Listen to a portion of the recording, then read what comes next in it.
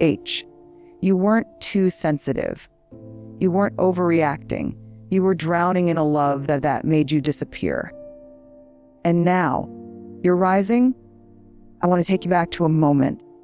Not the dramatic, movie scene kind of moment, but the quiet, soul-cracking kind. Maybe you were standing at the sink, washing dishes while your mind spun in circles. Quiet ache. Maybe it was the pause before hitting signed on a text you weren't sure you should write. Or maybe it was in the middle of an argument that didn't make sense, where you found yourself apologizing again for something you didn't do. It's the kind of moment that doesn't look like much from the outside, but on the inside, something seismic was shifting. You felt it. The way your chest tightened, the way your voice trembled just before you swallowed the truth one more time. The way a part of you, the part that remembers who you are, whispered, "This isn't love. This is erasure." And here's the thing, 8H. People don't talk about how long it takes to get to that moment.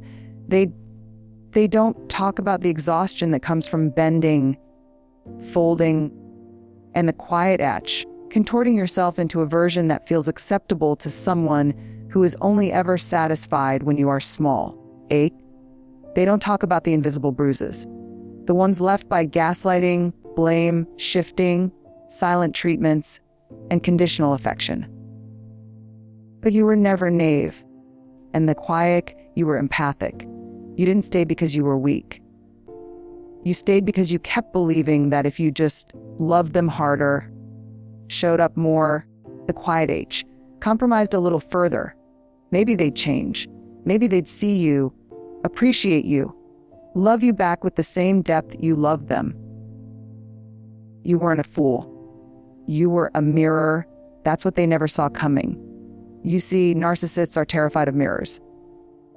Real ones, the quiet, the kind that don't just reflect back the facade they've carefully built, but the wounded, frightened parts underneath. Super empaths have this incredible, and often painful, ability to see people, not just their behavior, but their pain, their stories, their unmet needs. H. You saw the child in them. You saw the root beneath the thorns, and they saw that you saw them. At first, and they clung to you, because you made them feel seen in ways they never had.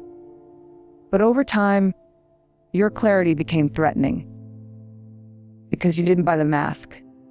You weren't dazzled by the charm. You didn't collapse under their shame projections. You saw the truth, and instead of flinching, you stood still. That's when the war began.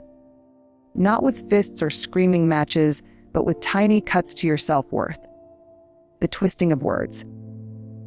The undermining of your emotions. The constant dance of idealization and devaluation. They needed you to doubt your reflection. They needed you to shatter your own mirror. Because the truth you held up to them was unbearable. But you didn't break. Even when they said you were too much. Even they called you crazy. Even when they punished your intuition with silence and your compassion with contempt. You held the mirror. Maybe you held it shakily. Maybe your arms got tired. But you held it. And that's what they couldn't stand. They wanted control. You offered clarity. They wanted submission. Quiet H.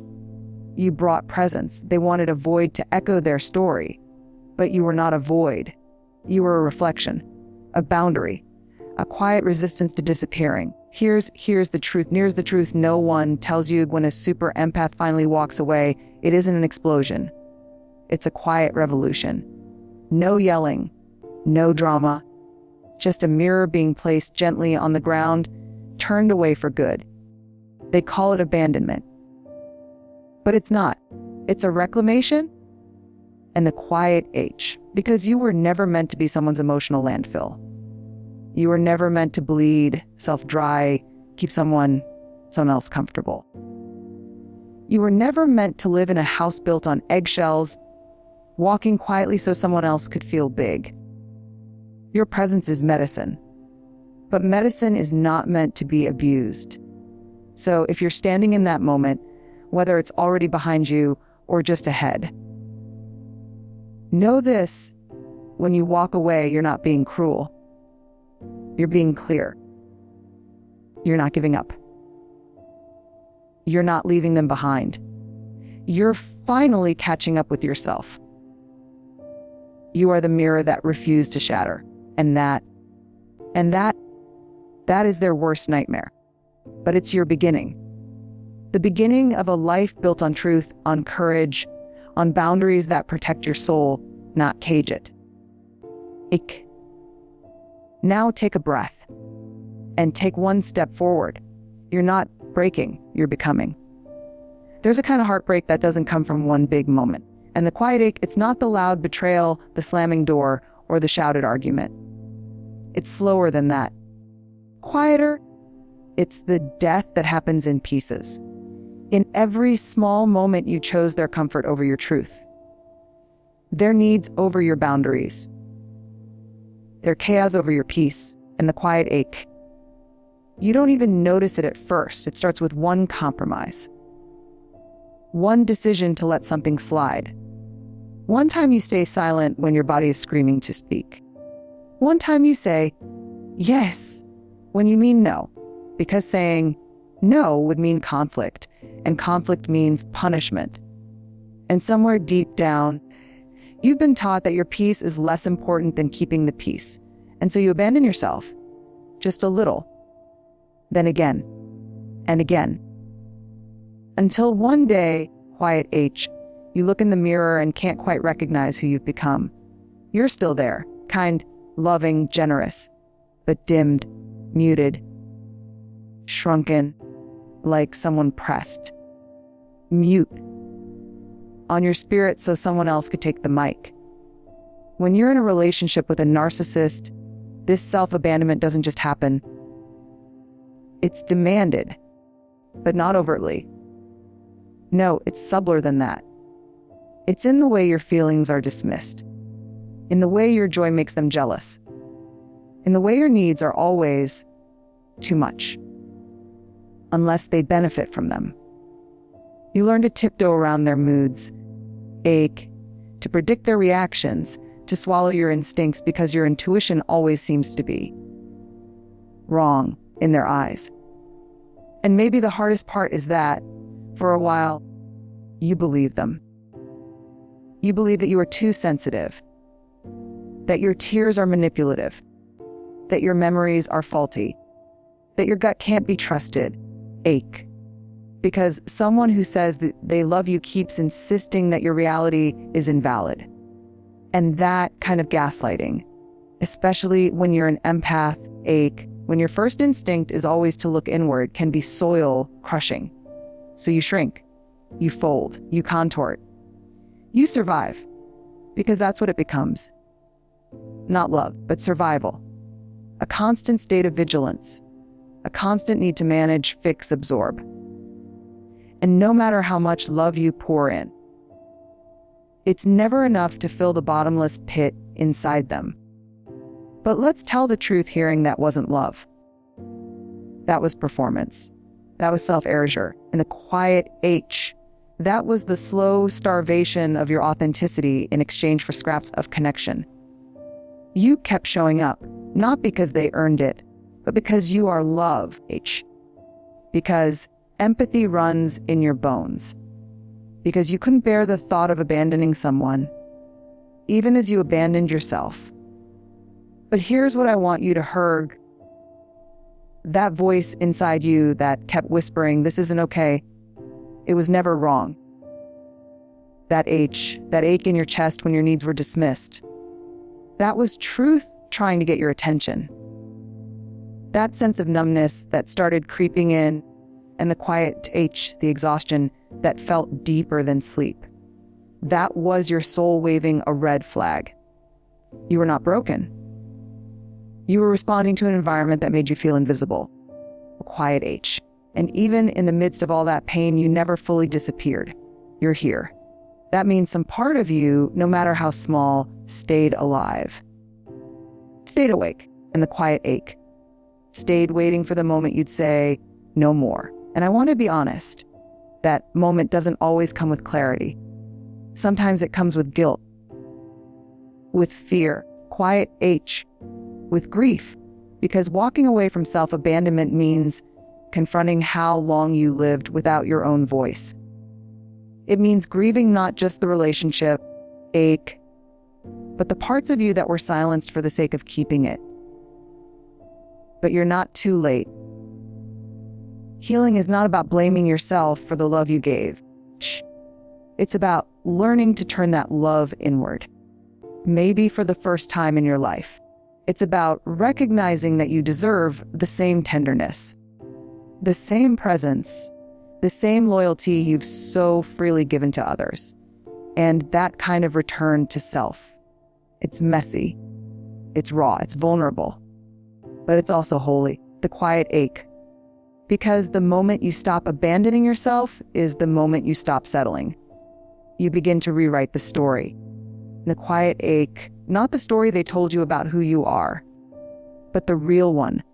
The one where your feelings matter, where your voice counts, where your body is safe, where you belong to yourself first. So if you're still there, still silencing, still shrinking, I see you. And if you're on the other side, rebuilding brick by sacred brick, I honor you. Wherever you are in the journey, let this truth settle into your bonus. You were never too much. You were never wrong for needing he. You were never meant to disappear in someone else's shadow. You are allowed to take up space. You are allowed to choose yourself. And the most courageous thing you can do, the first spark of freedom, is to stop walking away from your own heart. Turn around. Go back. Reclaim her. She's waiting. And the quiet ache. I remember sitting across from a woman who had just ended a 10-year relationship with someone who had slowly, methodically erased her sense of self. She looked at me with tears streaming down her face and whispered, "I don't know who I am without him." And then, a moment later, as if something had cracked open inside her, she added, "But I'm so damn angry." She said it like it was a confession, like she was ashamed, like her anger was something unholy. And isn't that how so many of us have been taught to feel about our rage, especially women, especially empaths? We're told to be kind, quiet, ache, to forgive, to be the bigger person. We're told that anger makes us ugly, that it makes us irrational, that it means we're no better than the ones who hurt us. And the quiet H. But I want to say something loud and clear. There is a kind of rage that is sacred. It's not about revenge, it's not about destruction. It's not about being cruel or petty. It's about ache. It's about truth. It's about the fire that rises up in you the moment you realize, I have been mistreated and I am done pretending that I haven't. Ache. This kind of rage is not something to be feared. It's something to be honored, because it often shows up right when you begin to come back to yourself. Ache. It's the anger that follows the numbness. It's the storm after the long drought. It's your nervous system finally waking up and saying no more. Never again. Ache. When you've been in a relationship with a narcissist, someone who made you question your memories, your instincts, your worth, it takes time for your anger to arrive. Because first, you're just trying to survive. Then you're trying to make sense of it. And only the dust settles after the cognitive dissonance starts to unravel, does the anger begin to rise. And when it does, it can feel enormous, terrifying, like it might consume you. But it won't. It's here to free you, because buried in that rage is something powerful. Reclamation. The reclaiming of your time, your voice, your body, your choices, your story, your life. You see, Narcissists condition you to suppress your anger because your anger is dangerous to their illusion of control. Your anger threatens their ability to manipulate, and the quiet H, to rewrite the narrative, to position themselves as the victim. So they mock it. They shame it. They call you dramatic, unhinged, crazy. They push you to the edge, quiet H. And then when you finally react, they point and say, see, you're the problem. But let me say this with every ounce of clarity. You are allowed to be angry. You are allowed to feel rage. You are allowed to grieve all the time you lost, all the pain you swallowed, all the boundaries you were never allowed to have. You are allowed to feel the fire and then use it to build, not burn. That's what reclamation looks like. It's not always soft. Sometimes it's fierce. Sometimes it sounds like a growl from the deepest part of your being that says, I will never abandon myself again. And from that fire, something even more powerful is born. The sacred no. The sacred no is not loud. It doesn't have to be. It doesn't demand attention. It simply draws a line. It says, H, I'm done negotiating my worth. I'm done justifying my boundaries. I'm done making myself small for people who mistake kindness for weakness. The sacred no is not an act of aggression. It's an act of integrity. It's you standing in the truth of who you are. Even if your voice shakes. Even if your legs feel unsteady. Even if no one claps for you. The sacred no is for you. It's a love letter to your nervous system. It's a contract with your future self. It's a lighthouse for the parts of you that got lost in the fog. And yes, people who are used to crossing your boundaries will not like your no. They will push back. They will guilt, manipulate, cry, rage, and beg. But that's not about your no. That's about their entitlement to a version of you that no longer exists. Let them rage, the quiet ache. Let them recoil. That's their work. Yours is to stay rooted. Because every time you say no to something that dishonors your soul, quiet H, you are saying yes to the life you were meant to live.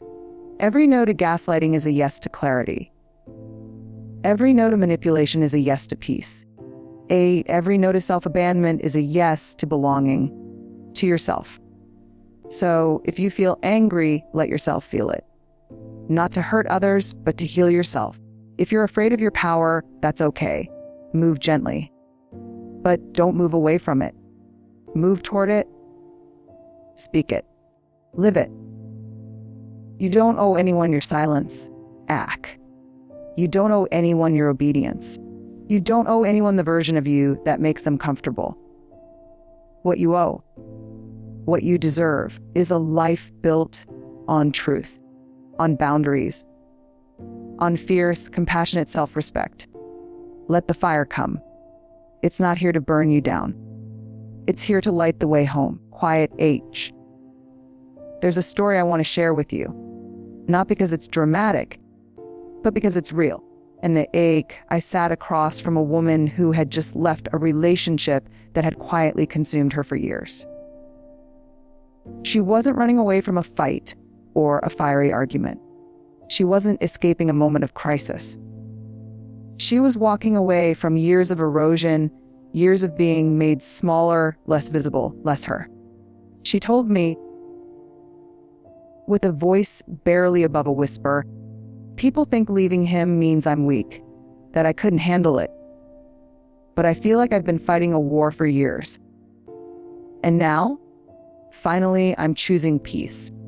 That's the truth about leaving a narcissistic relationship. It is warrior work. It's not weakness. It's not failure. And the quiet, it's one of the most courageous acts of strength and love you can show yourself. Because the exit is not a single moment. It's 1,000 small battles fought in silence. It's the daily decisions to say no when every cell in your body is screaming yes. Because feels easier than confrontation, than loneliness, than upheaval. It's the quiet mornings spent stitching your broken heart back together. It's the nights you spent awake, replaying conversations, wondering if you're overreacting, doubting your own judgment. Leaving a narcissist means reclaiming your story, but that story has been tangled with theirs for so long, and the quiet ache, it's hard to tell where one ends and the other begins. It means rediscovering who you are beneath the gaslighting, beneath the manipulation, beneath the constant erosion of your self-worth.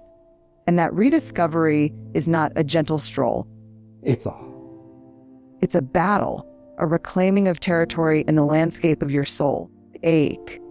Every step toward the exit is a fierce act of rebellion against the lies you were told.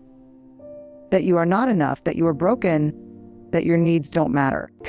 Leaving means facing fear.